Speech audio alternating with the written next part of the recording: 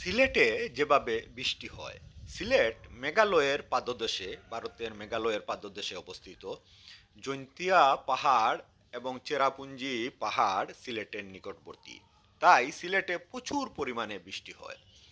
আজকে বৃষ্টি শুরু হয় সকাল 8টায়, অর্থাৎ সকাল 8টায় প্রথমে আকাশ মেঘাচ্ছন্ন হয়, ধীরে ধীরে প্রচুর পরিমাণে বৃষ্টি হয়েছে। যখন বৃষ্টি নামলো, কলসি ধারায় বৃষ্টি হলো। এই বৃষ্টির সময় দিন যেন রাত্রি হয়ে গিয়েছিল, অর্থাৎ দিনকে রাত মনে হচ্ছিল, এমন ভাবে বৃষ্টি হয়েছিল। সিলেট মূলত বৃষ্টিপ্রবণ এলাকা, আর এই সিলেটে প্রচুর পরিমাণে বৃষ্টি হয়। এই সিলেটে বন্যাও হয়। গত 2 বছর আগে সিলেটে বড় বন্যা হয়ে সিলেট শহর ডুবে গিয়েছিল।